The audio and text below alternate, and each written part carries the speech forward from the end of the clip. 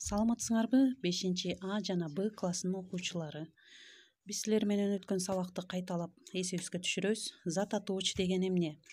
Зат атооч маани берүүчү сөз түркүмүнө кайсылар кирет? Маани берүүчү сөз түркүмдөрүнө жооп бересиңер.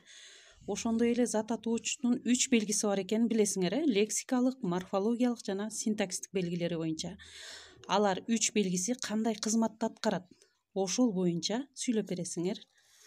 Андан кийинки жөнөкөй жана татаал зат атоошторго кайсылар кирет? Сүйлөм түзүп бергиле.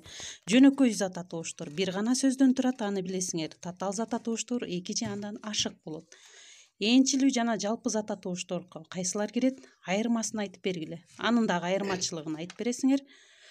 Жазууда ээрчилүү аттар менен жалпы аттар бири-биринен кантип айырмаланат? Ошондой эле зат атооштун сөз өзгөртүүчү мүчөлөр менен өзгөрүшү жөнүндө эмнелерди билесиңер? Лар мүчөсүнө өзгөргөн канча варианты бар? Таандык мүчөлөр, жак таандык мүчөлөргө кайсылар кирет? Көңүл бурганыңарга чоң рахмат. Мугалим Бейшенова Салтанат. Демек, урматтуу окуучулар, сабакка даяр болуп туруп, анан жооп берсеңер болот. Ийгилик.